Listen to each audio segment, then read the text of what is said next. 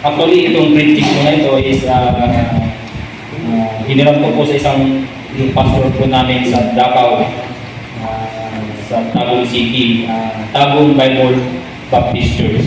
So, pinis niya ito, nung nag-vacation po kami, so sabi ko, ang ganda ng mensahe. So, bago po naman kinuha sa kanya, pinagpaalam ko rin muna sa kanya na gagamitin ko yung outline niya. No? Sabi nga dito, mga kapatid, no, ang ating pong binasa ay pinamagatang reasons for thanksgiving. Ano po ba yung mga rason ng pasasalamat? No? Ito po yung panalangin ni David, no? Kasi dito po nangyari, no? Ito po yung final prayer of thanksgiving ni David, no? Bago ma-transfer yung kanyang trono as a king to King Solomon, no? At si David naman is wanted to build a temple, no? Gusto niyang mag-build ng temple for God, no? Pero sabi ng Diyos sa kanya sa 1 Chronicles chapter 28 na David could not build it, no? Because he is a man of war. Yun po ang sabi ng Diyos sa kanya na hindi siya pwedeng mag-build ng templo ng Diyos kasi he is a man of war, no? At ang gusto ng Diyos, no, is si Solomon, no? Sabi na dami po ng mga anak ni Solomon ay ni David, si Solomon po yung napili because Solomon would be a man of peace, no? Imbis na ma-upset, di ba? Ikaw ba naman, tagal-tagal mong naging king tapos hindi ka pinayagan ng Diyos, no, na mag-build ng temple. At si Solomon yung pinayagang mag-build, no? Pero si David hindi po siya na-upset, but he decided to help his son, no? Tinulungan niya ang kanyang anak. At kung babasahin mo nga yung chapter 28, bago yung chapter 29 na binasa natin, na ipinatawag niya po lahat ng mga princess, prince, mga leaders, no? Sabi niya dito sa chapter 28, verse 1, and David assembled all the princes of Israel, the princes of the tribes, and the captains of the companies that ministered to the king by curse, and the captain over the thousands, and captains over the hundreds, and the stewards over all the substance and possessions of the king, and of his sons with the officers, and with thy mighty men, and with all the valiant men unto Jerusalem. So, tinawag niya po, no, lahat ng mga tao, mga leaders, no, mga people, no, na nag-gather po sila at pinakita niya yung kanyang riches of gold, no, silver and precious materials, no, and sinabi niya yung kanyang plano, no, at challenge niya po ang mga leaders na ito, yung mga captains and princesses, no, na mga ministers by corps, sabi niya dito, at mga captains of the companies. Challenge niya na ano kaya ang magagawa nila, ano ba yung mai-share nila to build the temple. After niyang challenge ang mga leaders na ito, tinawag din niya yung mga ordinary na tao, no? At muli ay challenge muli niya yung mga tao, no? Ang sabi po ni David, ano ang magagawa mo, di ba? Ano ang magagawa natin? And in turn, no, they began to gather their material wealth, no? Ginather nila yung mga kayamanan ng bawat isa, diba? At yun yung ibinigay nila para yun yung mag-construct sa temple of God, no? It was such an outpouring that Solomon was able to build grand temple. So ibig sabihin po mga kapatid, dahil na po si Solomon ang pinili ng Diyos para mag-build ng temple, ay dito po natin makikita na makakagawa po sila ng templo na hindi pa nakikita, no, sa mga panahon na iyon, no? Biruin mo mga kapatid, mga gold, mga silvers, mga woods, mga mamahaling bato yung kanilang gagamitin, no? So, sabi ko nga po kanina, ito po yung panalangin ni David, no, bago niya i-transfer yung kanyang kingship kay Solomon, no? Ang pasasalamat ni David sa ating Diyos, no? Kaya nga pong title ng ating pag-aaral natin ngayon is rason, no, ng kanyang pasasalamat. Reasons for giving. Number one po mga kapatid, first is to praise God. Reasons for thanksgiving is to praise God. Sabi niya dito sa 1 Chronicles chapter 29 verse 10, wherefore David blessed the Lord before all the congregations, and David said, blessed be thou, Lord God of Israel, our Father, forever and ever. Happy is that people that is in such a case, yea, happy is that people whose God is the Lord. No? David praises God, no, for His adoration or for His approval. No? Sa ating pong mga kapatid, di ba? We praise the Lord God for His works, workmanship, character, di ba? We praise Him to our blessing, commending, honoring, and thanks, celebrating, and rejoicing. Yeah? We praise the Lord because He is worthy of all, worthy of praise. Yeah? Di ba? Meron nga kantang worthy of praise. He is worthy of all adoration. No? We praise the Lord because of His great plan. As a Christians, mga kapatid, we always praise the Lord, di ba? You always praise Him kasi yung great plan niya, di ba? Pagmula po ng Old Testament at napunta sa New Testament, no? Yung plano ng Diyos, di ba? For how many years na plano ng Diyos? Hanggang dumating ang kanyang bugtong na anak na si Yesu Cristo. Diba? Sa yung nag-incarnate, nagkatawang lupa, nagkatawang tao, nagkatawang tao. Upang, bakit kasi nagkatawang tao? Di mo pwedeng insekto yung mag-incarnate, kaya tao din eh. Diba? Kailangan mayroong blood. Diba? Kaya nga nung creation, diba? Babalikan natin sa Genesis, nung nagkasala sila Adan at Eva, nagtago sila through yung fig leaves. Pinapang nila. Pero yung fig leaves na yun is just a temporal. Diba? Kaya nga ng Old Testament, nag-aalay sila para mapatawad ang kasalanan. Pero yung pagpapatawad is i-cover lang. Tulad ng leaves na yun, i-cover lang yung kasalanan. Yung kasalanan nandun pa rin. Pero salamat sa blood of Jesus Christ, na hindi lang na-cover yung kasalanan, ngunit nalinis ito, di ba? As white as snow. Di ba? Nilinisan niya from east to west. Di ba? At yung ibinaon pa niya yung kasalanan natin sa pinakamalalim, no? Yung sa kalaliman ng karagatan. Di ba? Kung titignan mo yung plano sa atin, we are so blessed na dahil we always thank be to God na our salvation is intact, di ba? Halawakan ka na ng Father, di ba? Sinitiwan ka pa ng Holy Spirit, tapos nandiyan pa ang Jesus Christ para hindi mawala yung kaligtasan. Kaya nga we praise God, no? Maraming klaseng pag-praise. Just for example sa Ephesians chapter 1 na we praise God for His adoption sa atin. Inadapt niya tayo. Di ba? We praise God for His glorious grace. Yung grasya ng Panginoon. Di ba? Yung kanyang redemption through His blood. Di ba? Niredeem tayo. No? Sa dugo ng ating Panginoong Jesus. No? At we praise Him because of His forgiveness for us. Di ba? Ang ating pagsalansang. Iisa lang naman yung kasalanan eh. Pero dahil sa kasalanan, because yung iniquities ng tao, hindi po pwedeng makarating sa langit. Kasi righteous lang ang pwedeng pumunta sa langit. Kaya nga, salamat no, sa plano ng Diyos sa atin. Di ba? Plano ng Diyos na tayo iligtas at iligtas hanggang sa future at eternal life, no? Marami pong mga kaparaanan ng pag-praise, di ba? Sinabi sa Biblia na we praise Him through singing, di ba?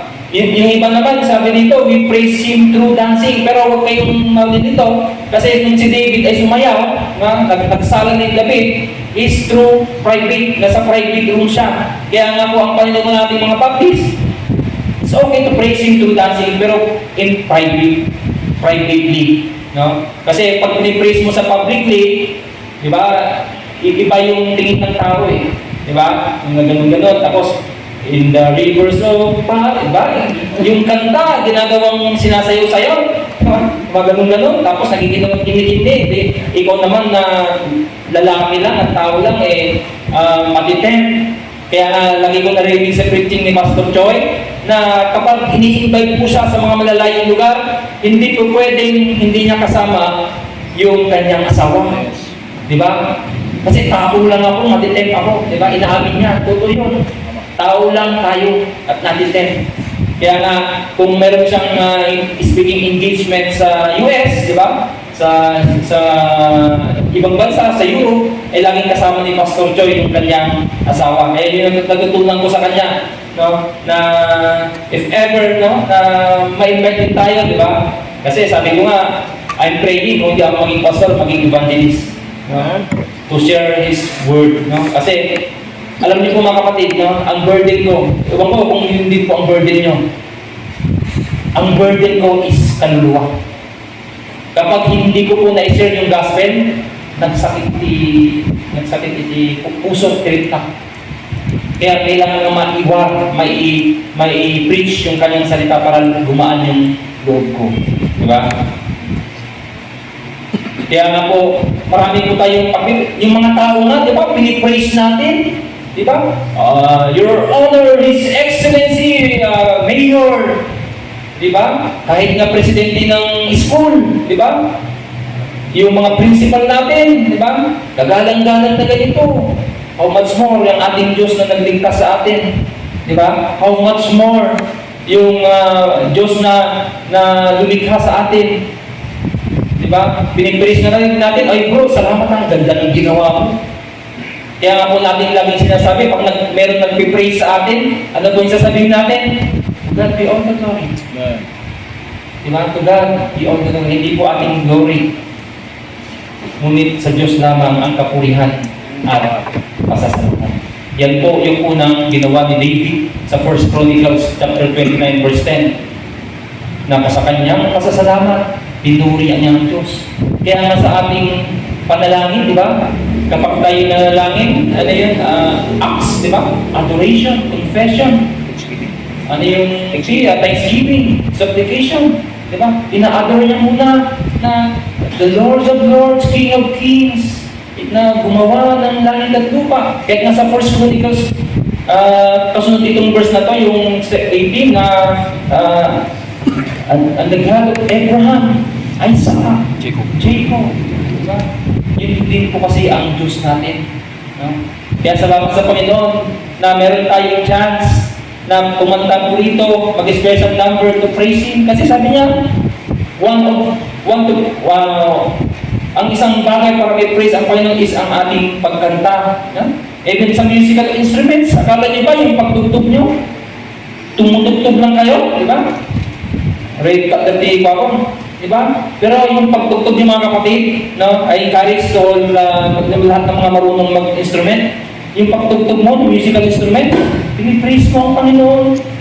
Di ba? Di ba? Napakasarap. Di ba? Na one day, di ba? Meron tayong makuhang reward. Dahil sa simpleng pagpapiano mo, o simpleng pag-gitara mo, di ba?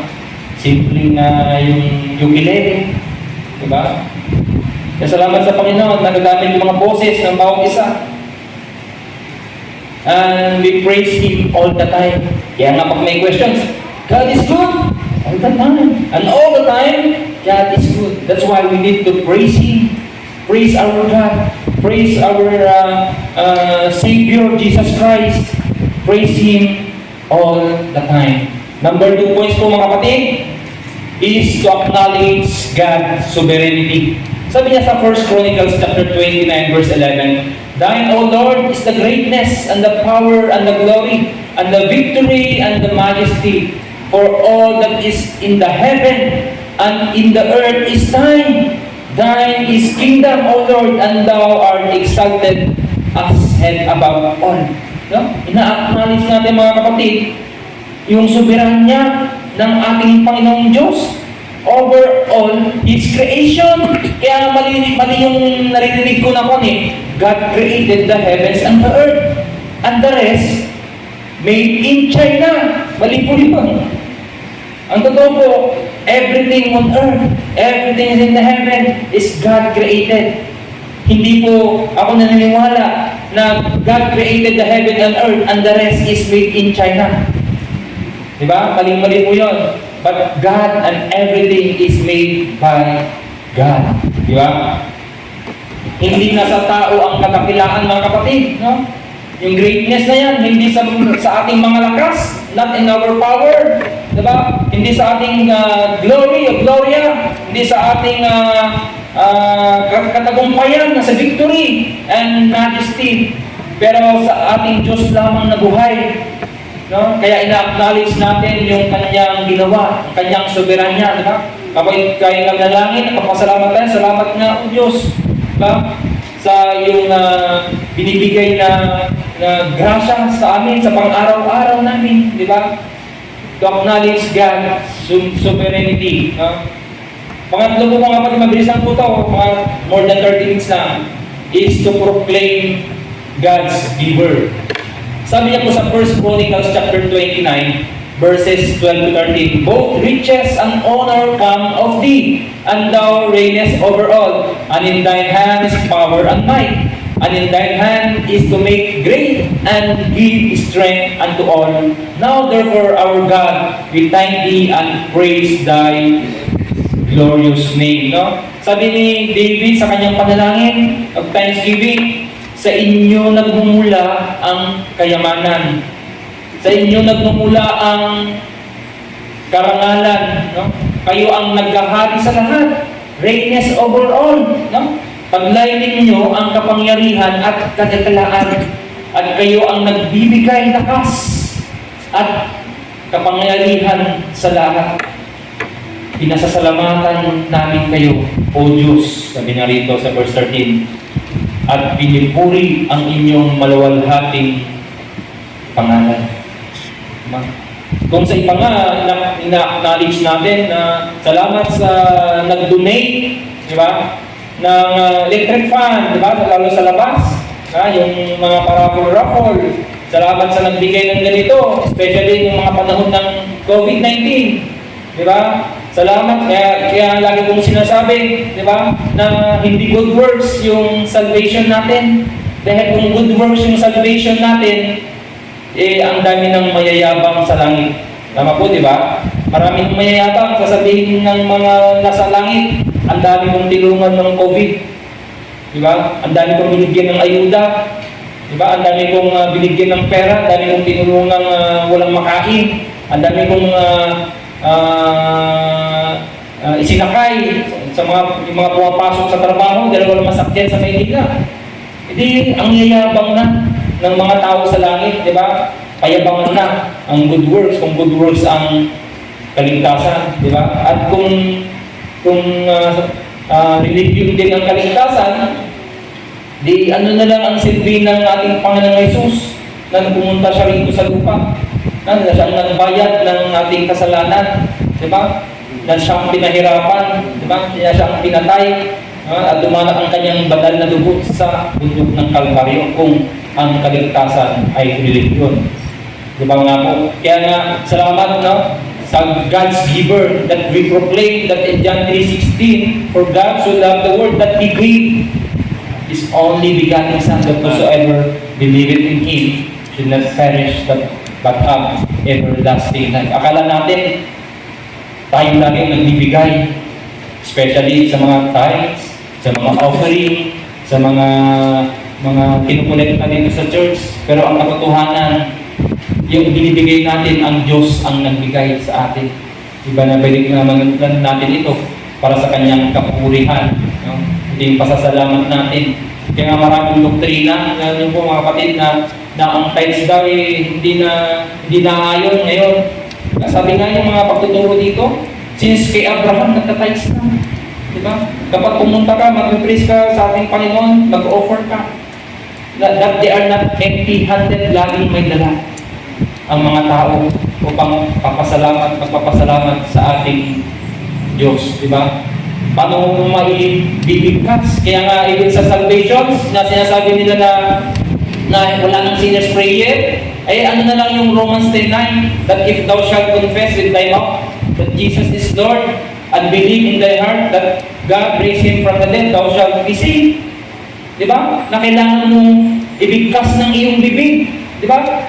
Nung nanligaw si Brother John Ray kay Sister Annalisa, di ba? Alam na naman, nanliligaw siya na hanggang tingin-tingin lang na gano'n. Kaya siyempre, sabihin din niya, ibigkas niya sa kanyang bibig. Mahal kita, Sister Annalisa. Sabi niya gano'n. Diba? Iniiyon kita. Diba? Alam na naman na sasagutin si Sister Annalisa na walang tanong, walang sinasabi at hindi niya pinapakita yung kanyang pagmamahal. Ganyan din po sa atin. Na kapag tayo po'y naniwala, kailangan natin ibigkasin ng ating bibig that if thou shalt confess with thy mouth and believe in thy heart that Jesus is Lord and that God raised Him from the dead and thou shalt be saved. Kaya nga, maraming mga katuruan ngayon, di ba, sa YouTube. Actually, nanonood po ako, pero ang panunod ko po is just para meron yung ma-educate po ako kasi alam ko yung doktrina ko eh. Di ba? Alam ko na yung doktrina ko. Kaya nung tinanggap natin ang Panginoong Jesus, di ba? Tayo po'y nanalangin. Alam naman, hindi ka na mananalangin. Paano ka makikipag-connect? Kung sa cellphone nga, kailangan ng Bluetooth para tumugtog dun eh. Yun pa kayang prayer. Di ba? Kailangan mong manalangin. Kailangan naman sa isip lang. Kaya liwaliwanag naman sa Romans 10:9 na kailangan mong bigkasin ang iyong bibig that Jesus is Lord. And believe, sabi niya gano'n, that God raised Him from the dead. Pang-apat mga kapatid,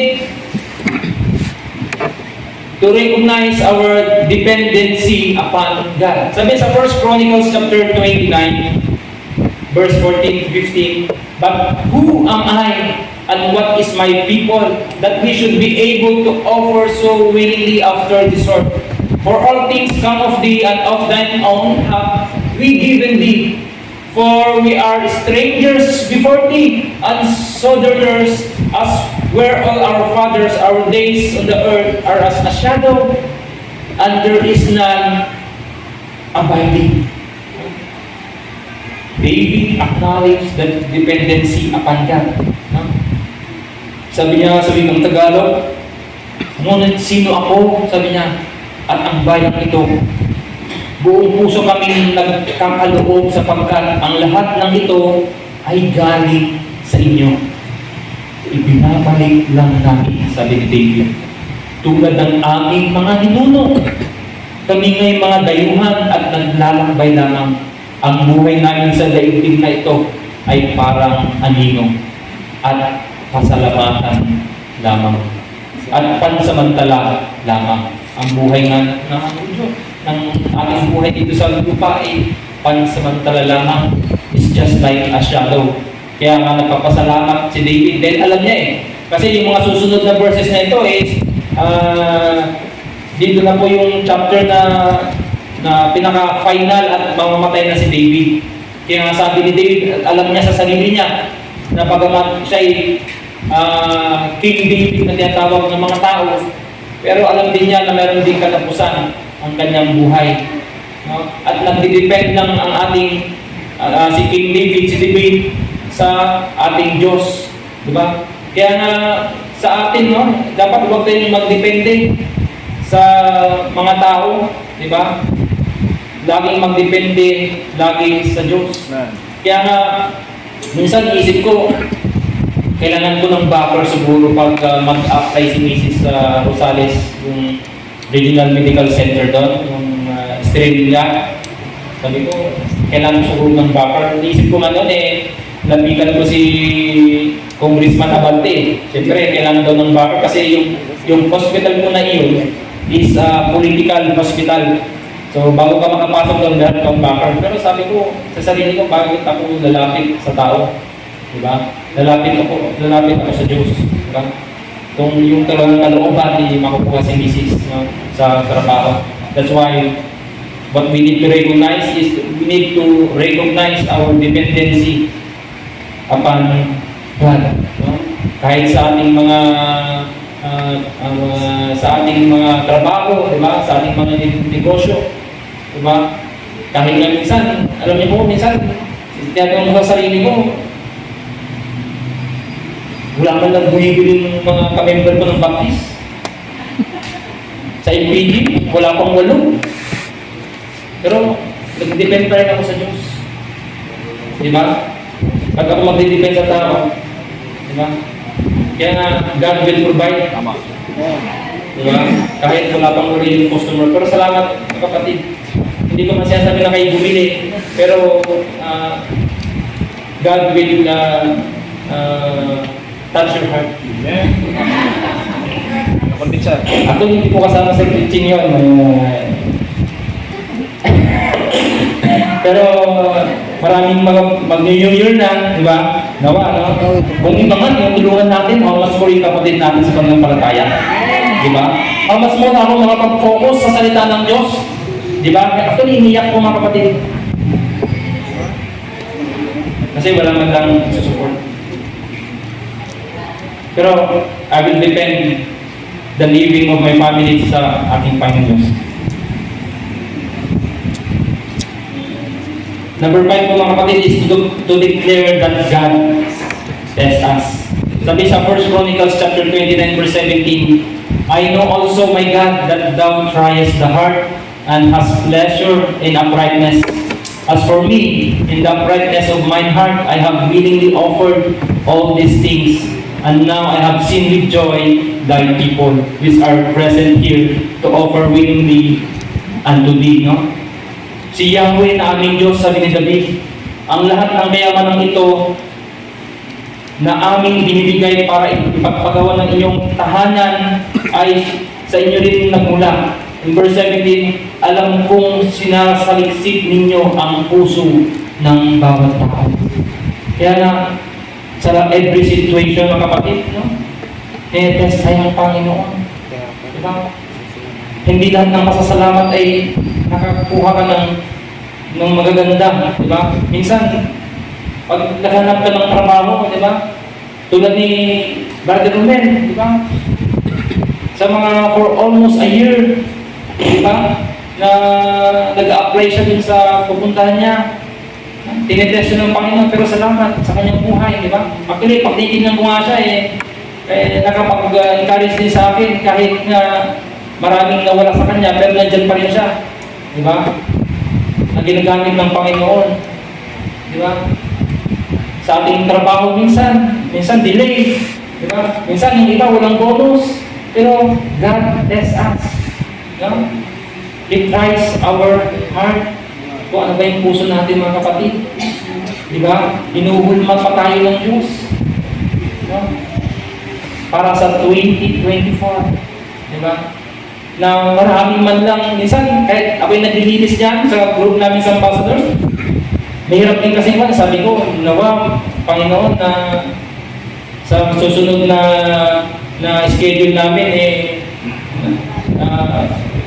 makapag-serve din sa inyong makasama namin sa kagrupo namin. Alangan na, ako lang naman yung makakuha ng reward. Siyempre, gusto rin namin na kayo makakuha ng reward. Bagamat, di ba? Kung nanghihina tayo, pumunta po tayo. Di ba? Dala ka ng 2 litrong ko. Tinapay. Di ba? Kung hindi ka makapunta, magbigay ka na ng, example, naka-schedule kayo sa Sabado. Di ba, Ate Tess? Kung naka-schedule kayo sa Sabado, next week, ngayon pa lang Sunday, magbigay na kayo. O, pang merenda nyo, hindi ako makakapunta bukas. Di ba? You encourage also the members. No? Na sino pa ba magtutulungan? Di ba, mga kapatid? Sino pa ba magtutulungan? Alam naman sa labas tayo huhugot. Kaya nga dito, mayroong corporate prayer na masakit din sa loob ko nung sinabi ng pastor na yun lang yung prayers nyo. Wala pang 1 minute, wala pang 2 minutes. Diba? Yun ba yung tinatawag na heart of a Christians? Ang panalangin po, no? Test ng Panginoon yung ating heart eh. God test us, ang panalangin po. Lahat ng mga maalala mo sa isip mo, panalangin mo. Pag wala ka nang maisip, panalangin mo na may maisip ka, mga kapatid. Kasi each one of us needs prayer. Akala mo lang malakas yan, pero mahina yan. Kasi we're still in the flesh. Diba? Sa flesh pa tayo, may kwento nga, mayroong tanong nga eh. Kapag sa langit ba, magtatrabaho pa ba tayo? May mga ganong tanong. Diba? Si Adan ba, meron bang puso? Oh. Eh, paano mo malalaman yan kung hindi ka nananalangin at hindi ka nagbabasa ng Biblia? Diba? Kaya salamat sa Panginoon that yung testing sa ating buhay, diba? Yung testing sa atin ay nakapagpapalakas sa atin, diba? Especially sa ating pananampalataya. Diba?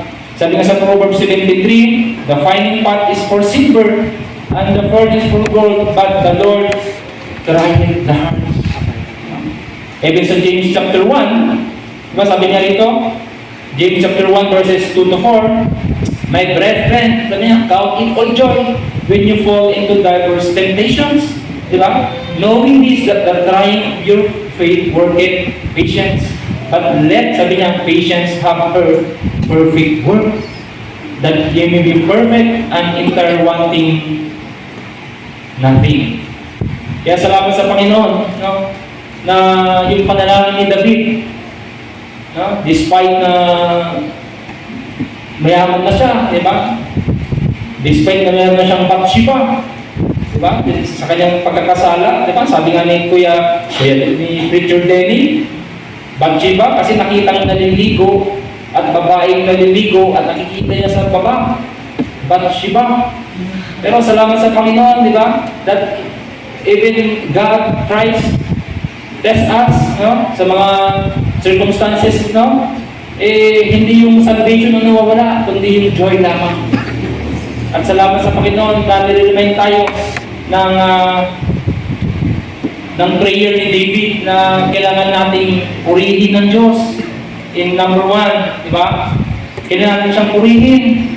Kailangan nating i-acknowledge yung soberanya ng Diyos. Kailangan nating i-proclaim na ang Diyos lamang ang nagbibigay. Di ba? To recognize our dependency upon God and to declare that God tests us. Conclusion na po mga kapatid, now we are in 2023 and mamaya po is year 2024. No?